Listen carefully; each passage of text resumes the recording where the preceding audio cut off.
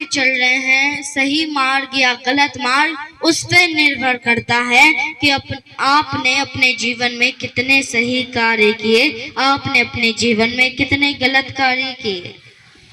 कबीर साहब का ये साखी था कि जो जैसा करता है उसे वैसा ही मिलता है। उनके साखी का अर्थ ये था कि जो जैसा करता है उसे वैसा ही मिलता है।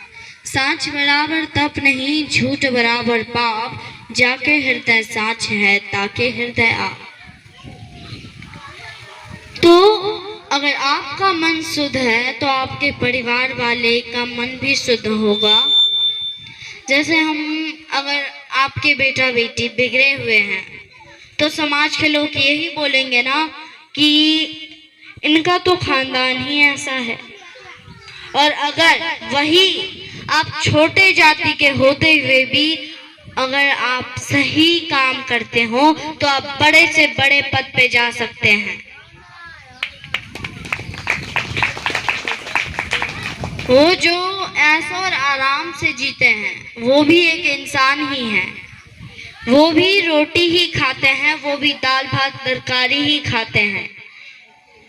बस फर्क इतना है कि हम जरूरत से ज्यादा नहीं लेते हैं और उनमें ये फर्क है कि वो जरूरत से ज्यादा रखते हैं। तो आप सबको ये बात पता होगा कि जरूरत से ज्यादा कोई भी चीज अच्छा नहीं होता है। तो अपने आप को छोटा ना मानते हुए आगे बढ़िए। उसके लिए कई लोग हैं जो आप सबका मदद करना चाहते हैं। आप एक बार आवाज देंगे कि हमें मदद की जरूरत है तो सब खड़े होंगे। बस एक बार आवाज देने की प्रयास तो करिए। अभी कितने नए नए युवा बड़े बड़े कर्मचारी बनना चाह रहे हैं और वो बन भी रहे हैं। क्यों? आप सबके सेवा के लिए ही। इसीलिए आप सब अपना आवाज नीचे करके रहेंगे। अगर कोई गलती करता है तो उसे उसकी गलती के एहसास नहीं करवाएंगे। तब तक आपके घर में भी ऐसा कोई इंसान पैदा हो जाएगा जो उसका ही नकल करेगा। किसी और के घर में आग लगता है तो सब दौड़ पड़ते हैं आग बुझाने के लिए। क्यों?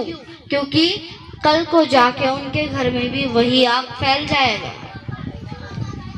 इसी तरीके से अगर कोई आपके पड़ोसी में, चाहे आपके देश में अगर कोई इंसान बुरा कर्म कर रहा है तो ये आपका कर्तव्य है कि उनको आप रोके। क्योंकि आपके बेटा बेटी, आपके पोता पोती उसी काम को अपने जीवन में अगर लागू कर गए तो सोचे आपका जीवन भी वैसा ही हो जाएगा। किसी के परिवार से किसी की बेटी ने गलत कार्य किया तो वो बात तो आप बहुत जल्दी फैला देते हैं, लेकिन मन में ये डर नहीं रहता है। किसी और की बेटी को समझ के आप उस बात को छोड़ देते हैं, लेकिन मन में ये डर है आपका कि कल को जाके आपकी बेटी भी वैसे ही निकली तो। इसलिए आप उन्हें शुरू से ही सुधारिए। हम इसलिए इस बात को कह रहे हैं क्योंकि माता पिता ऐसे कई कारणों के कारण फांसी पे लटक जाते हैं। धर्म से ही बेटियां भाग जाती है। इसीलिए बेटियों को बचपन से ही सिखाते चले। अगर उनके मन में बुरे ख्याल आते हैं तो उनको सही बात समझाए कि अरे बेटी का जीवन है आपका। अगर आप हर एक कदम पे संभल के नहीं चलेंगी तो आप कहीं भी सुरक्षित नहीं हैं, ना ही घर में ना ही बाहर। आप भले ही किसी लड़के के साथ भाग जाते हो गांव घर से, लेकिन बाद में जाके अगर वही लड़का आपको छोड़ दे तो गांव वाले भी आपको नहीं अपनाने को तैयार होते हैं। क्यों?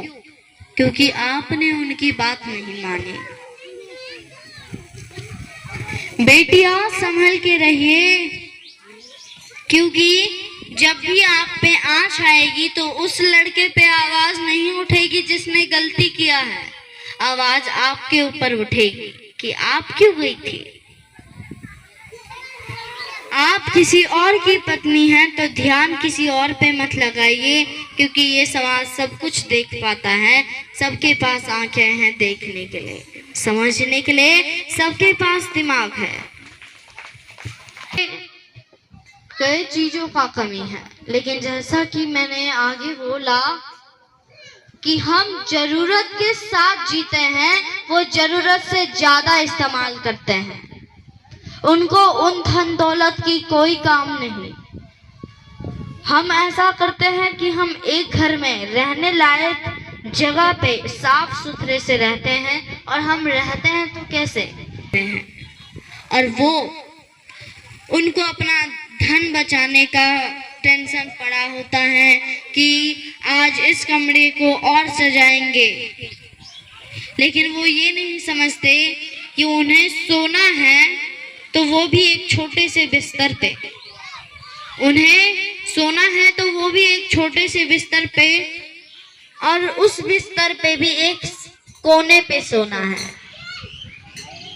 उस बिस्तर पे भी एक छोटे से जगह पे सोना है। अगर उन्हें रहना है तो एक छोटे से घर में रहना है, ताकि ना आंधी ना बाढ़ उन्हें कुछ बिगाड़ ना सके। अगर उन्हें भोजन खाना है तो बस अपना पेट भरने के लिए, ना कि वेस्ट करने के लिए, फेंकने के लिए। वो लोग कितने भोजन फेंकते हैं दिन में, लेकिन आप लोग उन्हीं भोजन को महत्व देते हैं, क्योंकि आपको खेती करनी पड़ती है, आपको पसीना बहाना पड़ता है। वो तो पैसे के बल पे खरीद लेते हैं। एक बात और, जो कि मुझे बचपन से ये बात पता थी, लेकिन मैंने कभी बोला नहीं, कि पैसा बस एक पन्ना है। पैसा बस एक पन्ना है, तो उस पैसे के कारण अपना जान मत दिया करें। आप इतना मेहनत करते हैं, ये बड़ी बात है। वो तो आपको ठग के चले जाते हैं। असल जीवन में तो हम सब इंसान ठगा रहे हैं। इस बिछन्ने को, इस चौकी को बनाने के लिए हमें मेहनत लगता है, लेकिन उसको खरीदने के लिए एक पन्ने से काम चल जाता है। उसी पन्ने का महत्व बहुत ज्यादा है, लेकिन वो है क्या? बस एक कागज। वो बस एक कागज का टुकड़ा है, जिसके कारण हम एक दूसरे का जान ले लेते हैं। आप सब भी जिस तरीके से आप सब छोटे हो, मतलब आप सब क्या, हम सब छोटे हैं, लेकिन बस उस पन्ने के लिए मरते हैं, जो पन्ना ना हमारे साथ मरने के बाद जाएंगी, ना अब हमारे पास रहेंगी। वो तो किसी ना किसी के हाथ में जाना है। क्या पहले उस पन्ने के बिना हमारा जीवन नहीं चलता था? क्या हम लेन देन पहले नहीं करते थे? उस कुछ पल की खुशी के लिए हम किसी और के साथ गलत भावना बना लेते हैं, दुश्मनी कर बैठते हैं। क्या ये सही है? क्या हम इंसान इतने ज्यादा नीचे हैं, जो बस उस पन्ने के लिए एक दूसरे का जान लेने तक को तैयार हो जाते हैं? बस उस पन्ने के लिए अपने आप को छोटा समझने लगते हैं। बस उस पन्ने के लिए आप अपने जीवन को आगे बढ़ावा नहीं देते हैं। अरे जीवन जीना है तो खुल के जिए, क्योंकि इस धरती ने हमें सब कुछ दिया है। रहने के लिए घर है, जो कि हम इसी धरती के माटी और इसी धरती के वृक्ष से लेते हैं। उसके बाद सांस लेने के लिए हवा है, जो कि इसी धरती ने दिया है। पीने के लिए पानी है, जो कि इसी धरती ने दिया है। और खाने के लिए भोजन है, जो कि इसी धरती ने दिया है। हम सबको जीने के लिए हमारे पास दिमाग है, जो कि हमें आगे से ही मिला है। तो उसका फायदा उठाए, ना कि भ्रम में लग के हम एक दूसरे को छोटा व बड़ा समझने लगे। जिम्मत मारो बापुड़ा, शव का एक ही प्राण, हत्या कबो न छूटिए, रोटी सुने पुराण। सारी बातें तो हो गई, सारी बातें तो हो गई, जिसे समझना था वो तो समझ गया, जो नहीं समझ पाया वो सवाल पूछेगा आगे जाके। सबसे पहले तो अगर हमारे अंदर प्राण है तो उन जानवरों में भी प्राण है। जब आपको कोई बोलता है उन मांस मछली को नहीं खाने के लिए, तो आपको लगता है अरे ये तो साधु है, इनका काम ही है ये बोलना।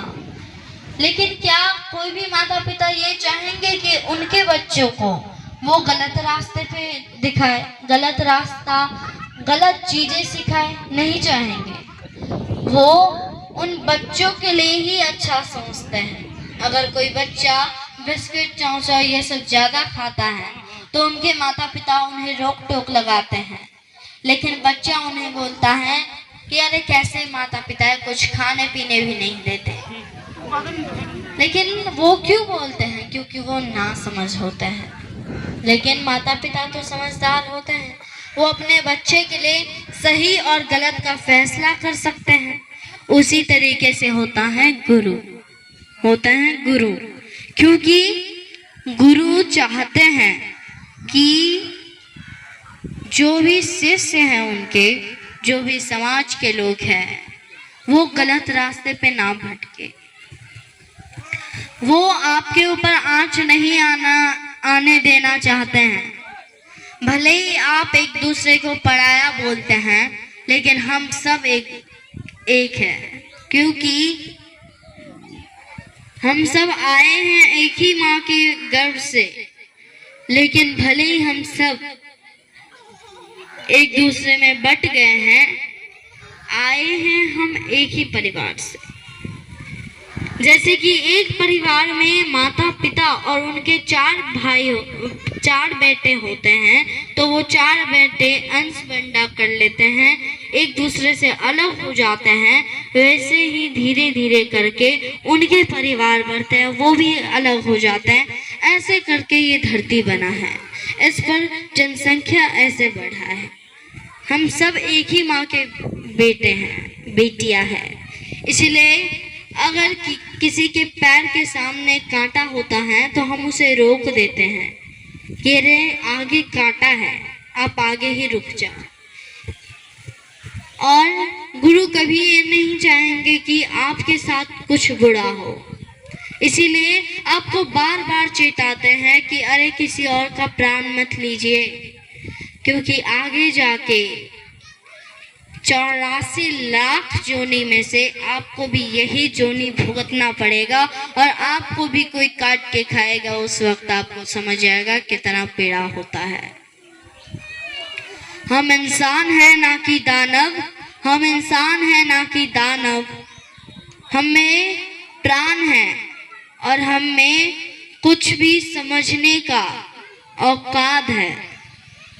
और अगर किसी बात को हम समझ सकते हैं तो ये भी समझिए कि एक दूसरे के पीड़ा से ही किसी और का पीड़ा समझा जाता है। जैसे हमें चाकू लगता है जब हमारे हाथ पे, तो हमें दर्द होता है, तो किसी और के हाथ पे जब चाकू लग जाता है तो आप भी जाते हैं मलहम पट्टी करने, क्योंकि आप जानते हैं उसे कितना पीड़ा हो रहा है। जब आपको इतना कटने से आपको इतना दर्द होता है, आपको थोड़ा सा बुखार लग जाने से जब इतना दर्द होता है, तो उन जानवरों में भी तो प्राण है, वो भी तो श्वास लेते हैं, वो भी तो भोजन करते हैं, वो भी तो जीते हैं। लेकिन हम सब इंसान उन्हें क्यों काटते हैं? क्योंकि वो बेजुबान है, वो कुछ बोल नहीं सकते, वो अपने दर्द किसी और को नहीं बता सकते।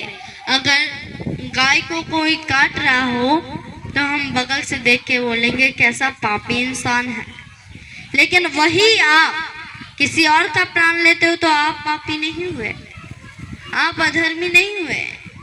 भले ही आप कितने भी मंदिर मस्जिद में जाते हैं, लेकिन अगर आप किसी को दुख देते हैं, किसी और के बच्चे को काटते हैं, तो वो आपका अधर्म हुआ।